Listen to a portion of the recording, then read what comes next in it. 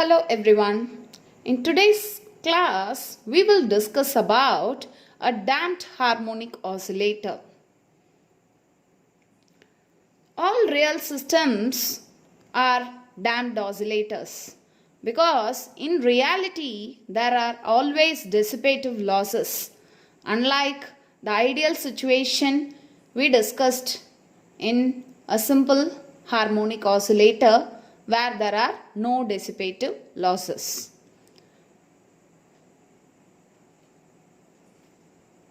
For discussion purpose, we consider a spring mass system within a liquid. So the free body diagram for the mass is here. You have the inertial force, you have the spring restoring force acting upward, and also the viscous force acting upward. So the equation of motion for a damped oscillator would be the inertial force opposed by the viscous drag and the spring restoring force. Okay. So this is inertial force.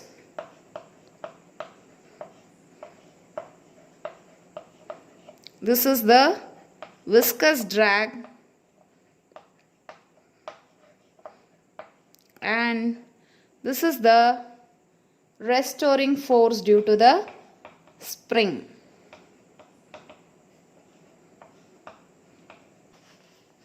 As we saw earlier, if x is the displacement, velocity is dx by dt and acceleration is d square x by dt square.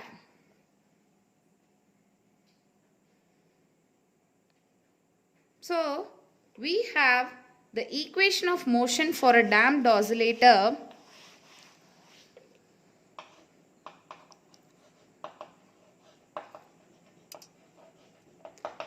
to be equal to m d square x by dt square equal to minus b dx by dt minus kx. So divide throughout by m, you have d square x by dt square minus plus b by m dx by dt plus k by m x equal to 0. As we assumed for a simple harmonic oscillator, let omega naught be the natural frequency of an undamped oscillator. So omega naught square would be root of k by m, where k is spring constant and m is the mass.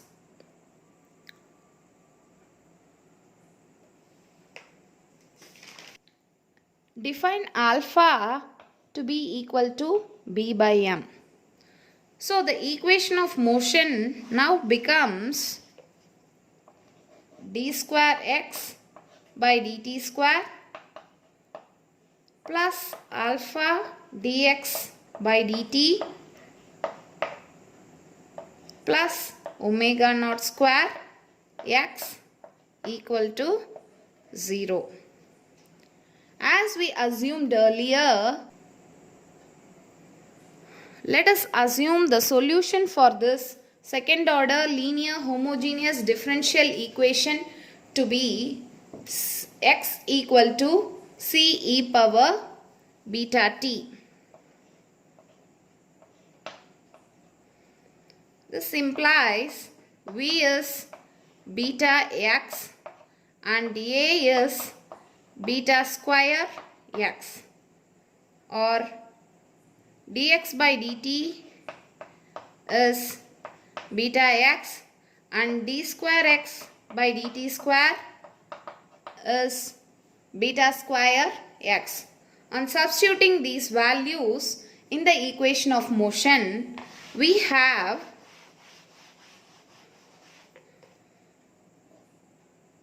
beta square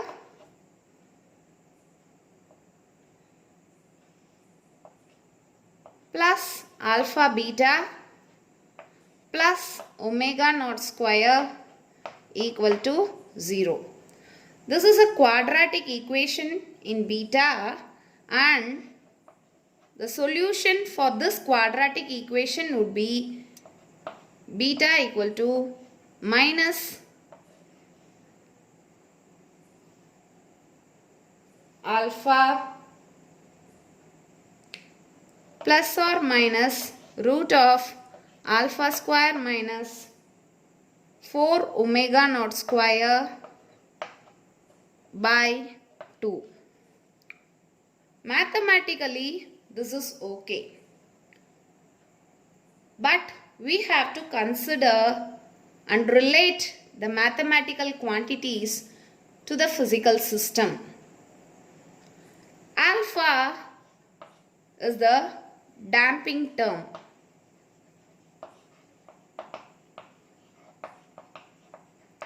If alpha were greater than omega naught, if alpha by 2 is greater than omega naught, then the system would be critically damped. It is like an oscillator within a castor oil. So when you apply a force and you leave the mass, what happens is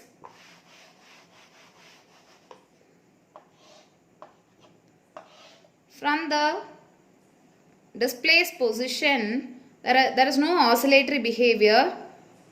The system just damps. Okay, it is exponentially reaches the mean position. X versus t graph for critically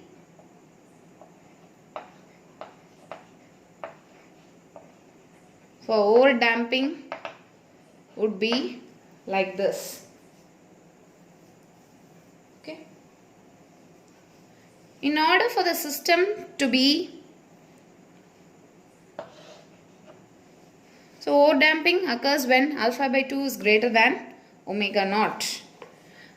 So in order for the system to be exhibiting oscillatory behavior, we need to have the condition that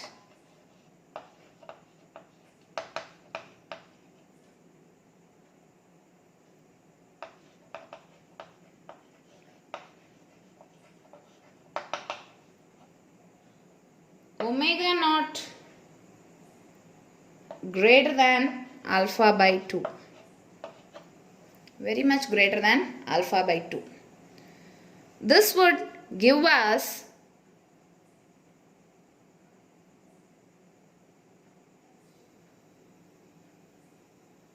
this would result in the value of beta to be minus alpha by 2 plus or minus I root of omega naught square minus alpha square by 4. Okay.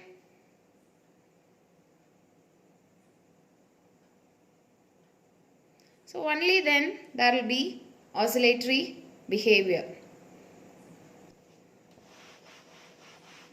So substituting this in the assumed solution x equal to c e power beta t, you will have x as a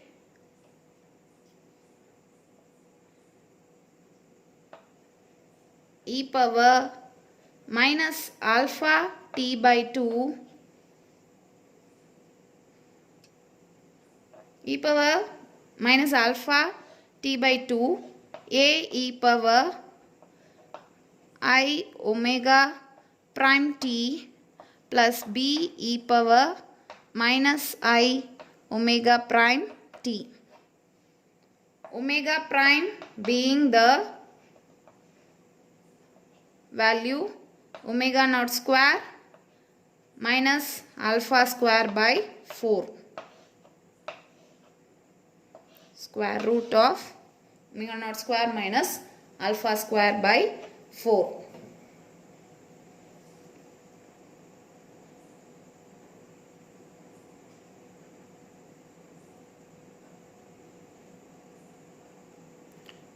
So, from our simplification process that we followed for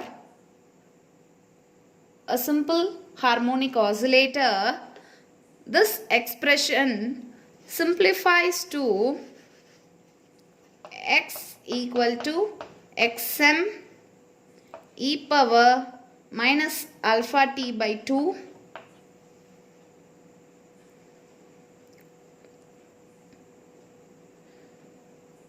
cos omega prime t minus phi. So this is the solution for a damped harmonic oscillator.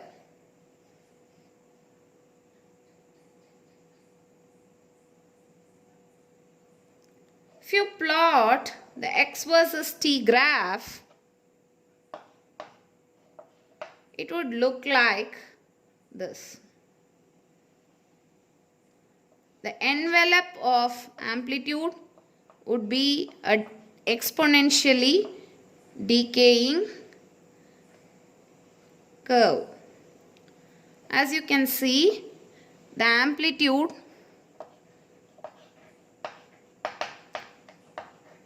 is given as xm e power minus alpha t by 2. Time taken for the amplitude to die to 1 by e, its initial value, is called the relaxation time, tau, which is equal to 2 by alpha. Remember, alpha is b by m. So, tau would be 2m by b.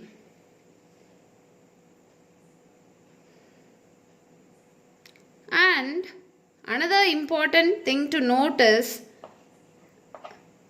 the frequency gets modified to omega prime. It is no longer the natural frequency omega naught, which is root of k by m.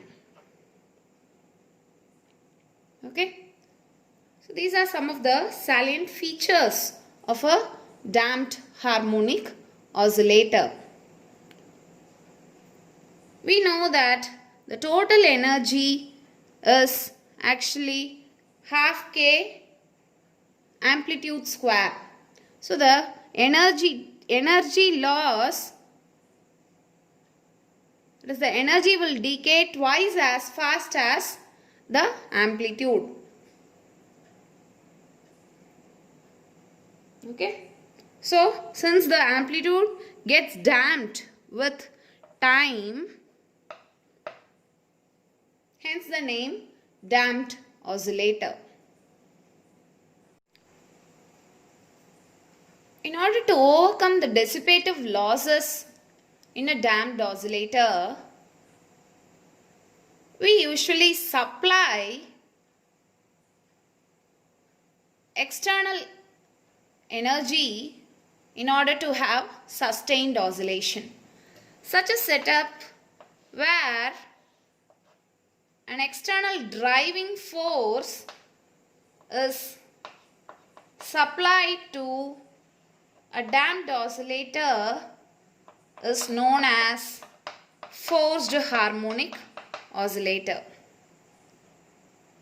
And the equation of motion for such a forced harmonic oscillator would be m d square x by dt square plus b dx by dt plus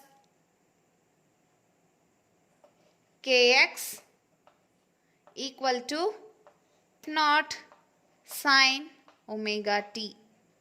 Since we need sustained oscillations, the driving force would be of oscillatory nature with omega being the frequency of the driving force or driving frequency.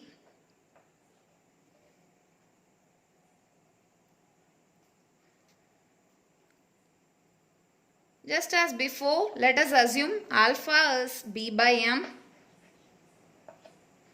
and omega naught square is the natural frequency of an undamped oscillator, and let it be K by M. So the equation of motion now becomes d square x by dt square plus alpha dx by dt plus omega naught square x equal to, let f be f naught by m. So let f denote the amplitude of driving force by the mass under consideration. F sin omega t. Okay. In order to arrive at the particular integral, let us assume x equal to ap cos omega t minus gamma, where omega t is the driving frequency, ap and gamma are constants which we need to derive from the given system. So dx by dt would be minus omega ap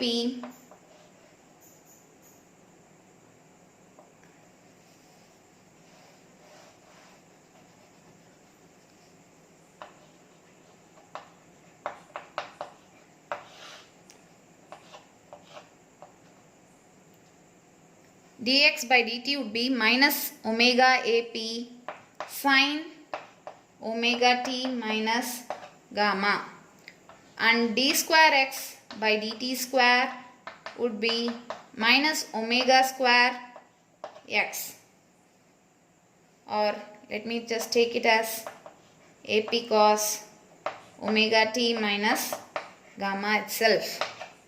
Okay. Substituting these values in the equation of motion of a forced oscillator and also making a slight modification to the right hand side. Okay, so let me first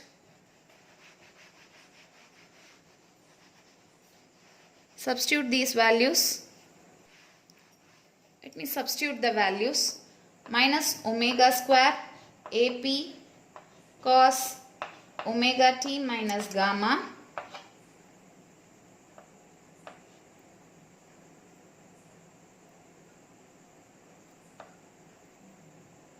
minus alpha omega ap sin omega t minus gamma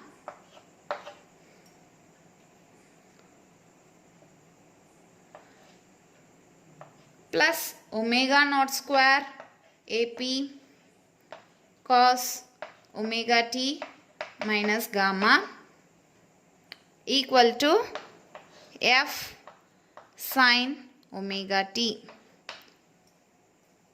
Let me take sin omega t to be equal to sin omega t minus gamma plus gamma. So on expanding, the RHS becomes f cos gamma sin omega t minus gamma plus f sin gamma cos omega t minus gamma. Okay. So that is how we modify the RHS here in order to arrive at the solution for the forced oscillator. So now let us equate the coefficients. So we have cos omega t minus gamma. These two terms are coefficients of cos omega t minus gamma, whereas this is the coefficient on the RHS. So comparing the coefficients of cos omega t minus gamma, we have omega naught square minus omega square AP to be equal to F sin gamma, and minus alpha omega AP to be equal to F cos gamma. Okay. So here alpha, omega and omega naught are all known quantities, whereas gamma and AP are unknown quantities. In order to determine the unknown in terms of known, let us first divide these two expressions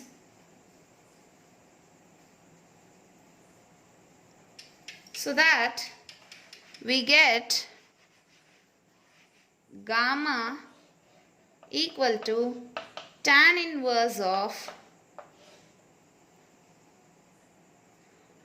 omega naught square minus omega square by minus alpha omega.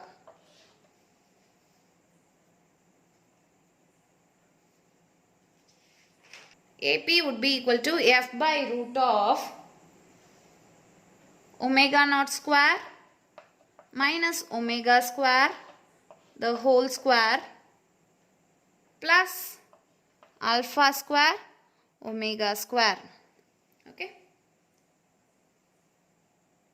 So starting from the equation of motion of a forced oscillator, we have arrived at the expressions for the arbitrary constants gamma and AP. Okay. This is the particular integral part. As I told you earlier, the general solution would be the combination of solution for the homogeneous part and the particular integral. So you will have xm e power minus alpha t by 2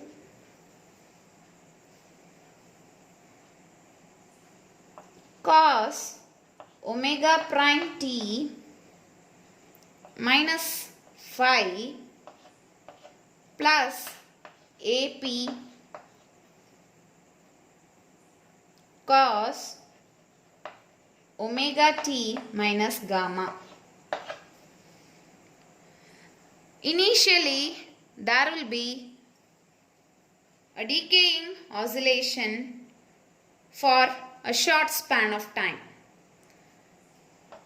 So, there will be a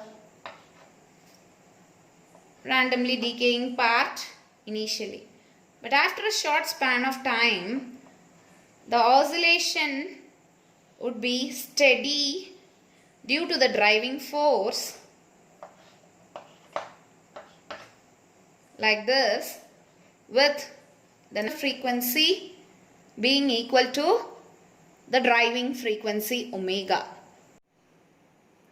Let us now have a quick comparison of the systems discussed so far: a simple harmonic oscillator, a damped harmonic oscillator, and a forced harmonic oscillator. In case of a simple harmonic oscillator, we have a spring mass system with a spring constant K and mass m. The inertial force will be equal to the spring restoring force. There are no dissipative losses. The equation of motion is d square x by dt square plus omega naught square x equal to 0. Here omega naught square is the natural frequency of the oscillator and it is equal to K by M. The solution for this equation was computed to be x equal to xm cos omega naught t minus phi. Here xm is the amplitude and phi is the initial phase. So graph of the displacement with respect to time is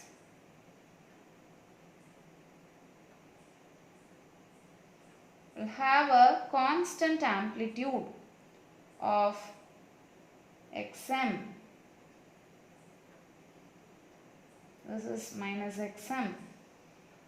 Okay.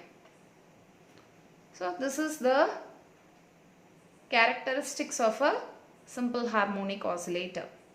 So when you look at a damped oscillator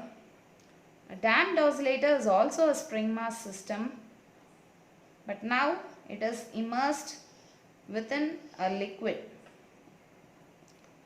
So now, in addition to the inertial force and the spring restoring force, there is a damping force or viscous drag minus Bv, where B is the damping constant. And the equation of motion now becomes d square x by dt square plus alpha dx by dt plus omega naught square x equal to 0. Here alpha is B by M. Omega naught is same as defined for a simple harmonic oscillator, and when you solve for this equation, the condition for oscillatory behavior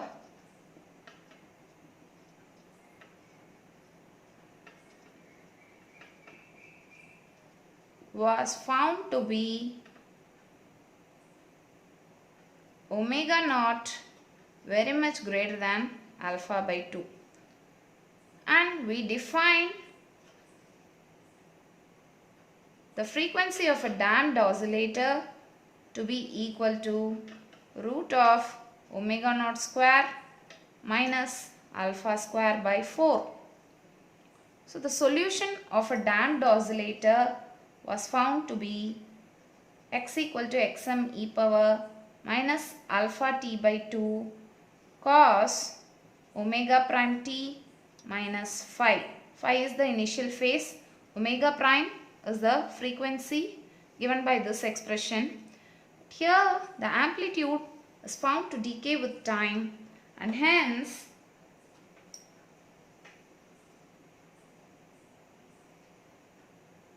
if you plot the x versus t graph,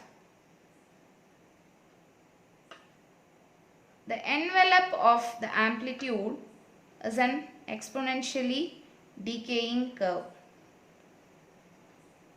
Okay. Since the amplitude decays with time, the energy decays twice at the rate of the amplitude. Okay. In order to have sustained oscillations with a constant frequency, a damped oscillator is given a driving force.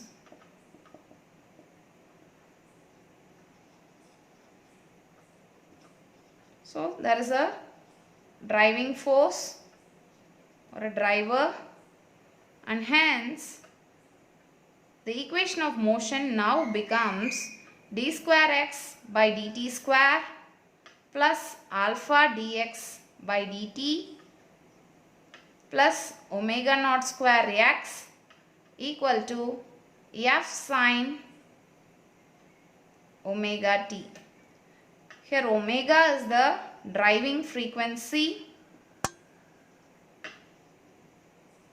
and f is the amplitude of the driving force divided by the mass. Other terms have the usual meaning as earlier. So this turns out to be an inhomogeneous equation, and the particular integral of that inhomogeneous equation was found to be x equal to ap cos omega t minus gamma, with ap being equal to f by root of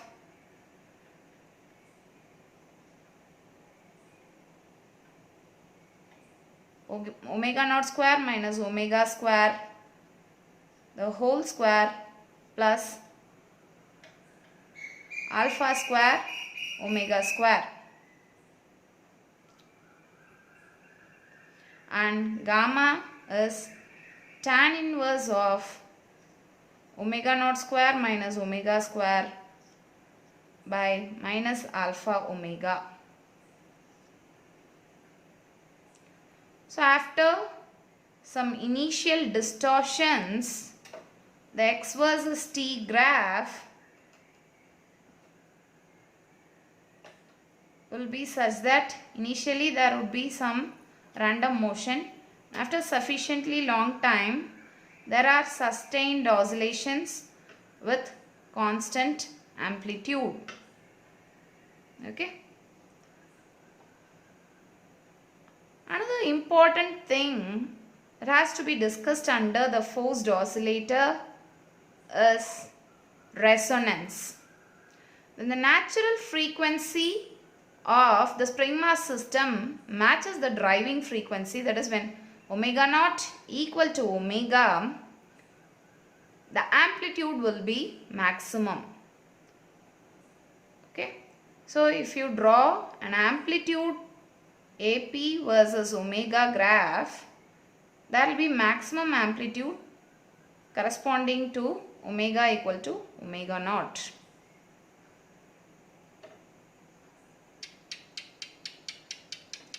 This condition is known as resonance. That is, the spring mass system resonates with the driver if the driving frequency omega matches the natural frequency of the oscillator. We have discussed a damped oscillator,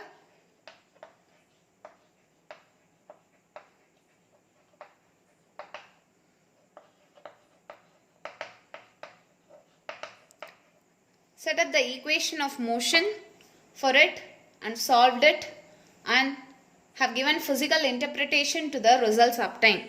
Similarly, we have also discussed a forced harmonic oscillator,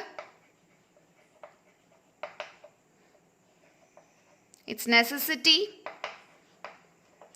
and we have set up the equation of motion of a forced oscillator, arrived at the particular integral and the general solution, and interpreted the results pertaining to the physical system.